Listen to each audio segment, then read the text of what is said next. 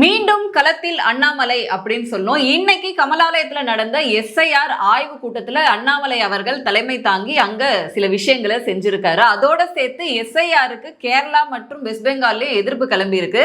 குறிப்பா தீதி என்ன சொல்லியிருக்காங்க அப்படின்னா, இது ரொம்ப குழப்பமானதும் ஆபத்தான விஷயம், இந்த எஸ்ஐஆர்ன்றத இருக்கவே கூடாது அப்படின்னு சொல்லியிருக்காங்க. அவங்களுக்கு பதில் அளிச்சிருக்காரு நம்மளுடைய அமித்ஷா அவர்கள். இதெல்லாம் பத்தி தான் இந்த காணொலியில பார்க்க போறோம். வணக்கம், நான் லோகேஸ்வரி.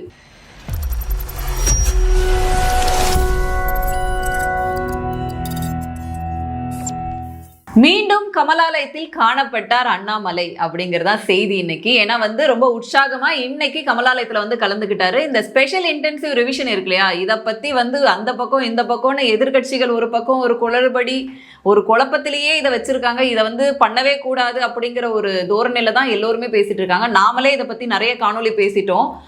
நிறைய செய்தி நிறுவனங்கள், எலெக்ஷன் கமிஷன் அப்படி சொல்லிட்டு இந்த அவேர்னஸை இன்க்ரீஸ் பண்ணணும், அந்த குறிப்பிட்ட கால அவகாசத்துக்குள்ள இதை முடிக்கணும். குறிப்பா கட்சிகள் எல்லாருமே இதுல ரொம்ப முனைப்பு காட்டுறாங்க. அதிமுகவா இருக்கட்டும், பாஜகவா இருக்கட்டும், மற்ற கட்சிகளுமே அவங்கவுங்க தரப்புல இருந்து இதுக்கான அவேர்னஸ் கொடுக்குறாங்க. விஜய் அவர்களும் ஒரு பக்கம் பீதி கிளப்பியிருந்தாரு. ஏன்னா இந்த மாதிரி நிறைய கட்சிகள் நிறைய விஷயங்கள் இந்த ஸ்பெஷல் இன்டென்சிவ் ரிவிஷன் பத்தி பேசிட்டு இருக்காங்க.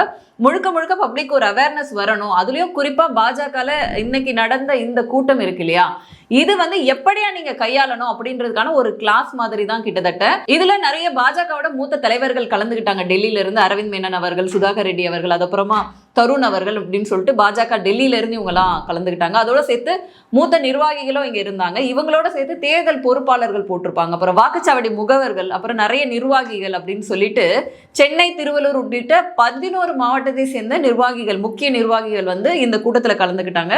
இவங்களுக்கு இந்த எஸ்ஐஆரை எப்படி கையாளணும் அப்படிங்கிற கிளாஸ் எடுத்தாரு அண்ணாமலை அவர்கள். அபார்ட்மெண்ட்ல இருக்கு அப்படின்னா அங்க நீ ஒரு ஹெல்ப் டெஸ்க் மாதிரி திறந்து ஒரு பெரிய பெரிய அபார்ட்மெண்ட்ல அர்பன் ஏரியால ஒரு லேப்டாப்போடு நம்முடைய நண்பர்களுக்கு பயிற்சி கொடுத்தா அடுத்த இன்னும் நமக்கு 9-10 நாட்கள் இருக்கு. இந்த ஸ்பெஷல் இன்டென்சிவ் ரிவிஷன் நடத்தக்கூடாது அப்படிங்கிற இதுக்கு ஒரு தடை கோரி கேரளா அரசும் இது இப்ப கையில எடுத்திருக்காங்க. இது இந்த கேஸ் நவம்பர் 26 விசாரணைக்கு வருது.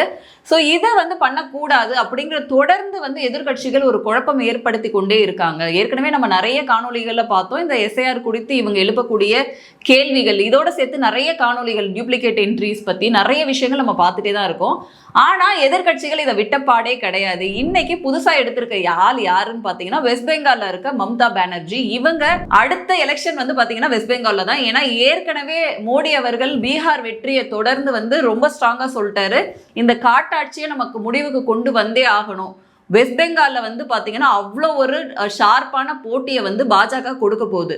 அதனாலயோ என்னவோ தெரியல, மம்தா பானர்ஜி அவர்கள் இப்போ கத்த ஆரம்பிச்சிருக்காங்க. ஐயோ, இந்த எஸ்ஐஆர் அப்படிங்கிறது பார்த்தீங்கன்னா ரொம்ப குழப்பமானது, நீங்கள் கட்டாயப்படுத்தி எல்லாரும் பண்ணுறீங்க, இது ரொம்ப ரொம்ப ஆபத்தானது, இந்த வேலை அழுத்தத்தினாலே பல பேரோட உயிர் பறி போயிடுச்சு அப்படிங்கிற உருட்டெல்லாம் அவங்க உருட்டி இருக்காங்க. ஒரு விதமான பயத்தை தெரிவிச்சிருக்காங்க அப்படிங்கிறது தான் பார்க்க முடியுது. பட் ஏன் இந்த ப்ராசஸை நீட்டாக முடிக்க முடியல? நிறைய பேர் இது ரொம்ப ஃபோர்ஸ் பண்ணுறீங்க, இவ்வளோ பேரை நீங்கள் முடிச்சாகணும் அப்படிங்கிற ஒரு கட்டாயத்தில் அதிகாரிகள் தள்ளப்படுறாங்க அப்படின்ற பல விவகாரங்கள் சொல்கிறாங்க. இங்கே தமிழ்நாட்டிலையுமே பார்த்தீங்க அப்படின்னா இவங்களே பிள்ளையும் கிள்ளிட்டு தொட்டிலையும் ஆட்டுற கதையா, வருவாய்த்துறையில் இருக்க யாருமே ஸ்ட்ரைக்லாம் பண்ணக்கூடாது, ஸ்ட்ரைக் பண்ணிங்கன்னா அவங்க சேலரிலாம் கட் பண்ணப்படும் அப்படின்னு சொல்லிட்டு இங்கே ஒரு ட்ராமாவை திமுகவும் தொடர்ந்து போட்டுட்டு தான் இருக்காங்க. எது எப்படியோ இந்த எஸ்ஐஆர் அப்படிங்கிறது நடக்க தான் செய்யுது. பட் ஆனால் இவங்க அதை கோர்ட்டுக்கு எடுத்துகிட்டு போகிறேன், அதுக்கு தடை வாங்க போகிறேன் அப்படிங்கிற விதவிதமான விஷயங்களை சொல்கிறாரு. குறிப்பாக மம்தா பானர்ஜிக்கு பார்த்தீங்க அப்படின்னா நம்மளோட உள்துறை அமைச்சரான அமித்ஷா அவர்கள் சரியான ஒரு கவுண்டர் கொடுத்திருக்காங்க. உள்துறை அமைச்சரான அமித்ஷா என்ன சொல்லியிருக்காரு அப்படின்னா, நாட்டில் இருக்கக்கூடிய இந்த ஊடுருவல் இருக்கு இல்லையா, இதை தடுக்கிறது அப்படிங்கிறது நாட்டுக்கு ரொம்ப ரொம்ப நல்லது. குறிப்பா பாத்தீங்க அப்படின்னா இந்த எஸ்ஐஆர் மூலமா இந்த மாதிரியான மாசுகள் எல்லாம் அகற்றுறது அப்படிங்கிறது ரொம்ப நல்லது. ஆனா துரதிர்ஷ்டவசமா பாருங்க, நம்ம கிட்ட இருக்கக்கூடிய சில கட்சிகள் இந்த எஸ்ஐஆர் ப்ராசஸை நம்ம பண்ணி இந்த ஊடுருவல்கள்லாம் தடுத்து வெளியில அனுப்ப முயற்சி பண்றோம். பட் ஆனா சில கட்சிகள் அதை தடுக்குது, இது தேசத்துக்கே எதிரான ஒரு விஷயம் அப்படின்னு சொல்லிட்டு டைரக்டா மம்தா பானர்ஜியை சொல்லலைனாலும் இன்டைரக்டா அவங்கள தான் அவர் மென்ஷன் பண்ணி சொல்லியிருக்காங்க. அதாவது ஊடுருவலுக்கு இவங்க தோதா செயல்படுறாங்க. ஏன்னா வெஸ்ட் பெங்கால்ல என்ன மாதிரியான ஒரு நிகழ்வு நடக்குது அப்படிங்கிறத நம்ம பார்க்குறோம். அங்கே ஊடுருவல்கள் எவ்வளோ அதிகமாக இருக்கு அப்படிங்கிறத நம்ம பார்க்குறோம். எப்படி மம்தா பானர்ஜி அங்கே ஒரு காட்டாட்சியை நடத்துறாங்க அப்படிங்கிறதையும் நம்ம பார்க்குறோம். ஸோ இப்போ இந்த எஸ்ஐஆர் விவகாரத்தை அந்த எதிர்கட்சிகள் எல்லாம் சேர்ந்து ஒரே கோரஸ்ல கத்துறாங்க. பட் ஆனால் இவங்க பீரியட்லயே இதெல்லாம் நடந்திருக்கு அப்படிங்கறத தான் மறைக்கிறாங்க. குறிப்பா திமுக செய்யக்கூடிய நாடகம் இருக்கு இல்லையா தமிழ்நாட்டுல, என்னமோ வந்து என்டிஏ அரசு தான் இதெல்லாம் செய்யற மாதிரி, யூபிஏ கவர்மெண்ட்ல எதுவுமே செய்யாத மாதிரியும், இவங்க எஸ்ஐஆரையே கோராத மாதிரியும் பொய்யான தகவலை தொடர்ந்து சொல்லிட்டு மக்களை குழப்பிட்டு அவங்கள பயத்திலேயே வச்சுக்கிட்டு உங்க வாக்கெல்லாம் பறி போயிடும் அப்படின்னு சொல்லிட்டு தொடர்ந்து தினம் நீங்க நிறைய வீடியோஸ் பார்க்க முடியும். இப்ப இவங்க கையில எடுத்திருக்கிறது என்ன அப்படின்னா, அங்க வேலை பார்க்கறவங்களுக்குலாம் மன அழுத்தம் கொடுத்து அவங்கள தற்கொலை செய்யவே தூண்டுறாங்க தேர்தல் ஆணையம் அப்படிங்கிற ஒரு இடத்தை நோக்கி இதை கொண்டு போறாங்க. இந்த நிகழ்வு நடக்காம இருக்கிறதுக்காக என்னென்ன பண்ண முடியுமோ அதை திமுக பண்ணுது. அதுக்கான அவேர்னஸை உருவாக்கணும் அப்படிங்கிறது தான் ரொம்ப முக்கியம். ஏன்னா சாதாரண பொதுமக்கள் இதை எப்படி அணுகணும் அப்படின்னு நிறைய பேர் இப்போ நிறைய காணொலிகளும் வெளியிட்டு இருக்காங்க. ஒரு ஃபார்ம் கிடைச்சா அதை எப்படி ஃபில் பண்ணணும். என்னைக்குமே வந்து அண்ணாமலை அவர்கள் ரொம்ப விளக்கமாக சொல்லியிருந்தாங்க, ஒரு ஃபார்ம் வந்துச்சுன்னா ஆன்லைனில் நீங்கள் அதை எப்படி ஃபில் பண்ணலாம், இல்லை நேரடியாக உங்ககிட்ட பிஎல்ஓ வராங்கன்னா அவங்க மூலமாக நீங்கள் எப்படி ஃபில் பண்ணலாம் அப்படிங்கிற நிறைய விளக்கங்களையும் கொடுத்துருக்காங்க. இந்த திமுக சொல்கிற மாதிரியோ இல்லை மற்ற எதிர்க்கட்சிகள் சொல்கிற மாதிரியோ இந்த எலெக்ஷன் கமிஷன் செய்யக்கூடிய இந்த ப்ராசஸ் அப்படிங்கிறது ரெகுலரான ஒரு ப்ராசஸ் தான். எவ்ரி இயர் நம்ம வந்து இதை வந்து கடைபிடிக்க தான் செய்கிறோம். ஒவ்வொரு எலெக்ஷன் வரும்பொழுதும் புதிய வாக்காளர்கள் சேர்க்கை டெலிஷன் அப்படிங்கிறது இயற்கையாக நடக்கக்கூடிய ஒரு விஷயம்தான்.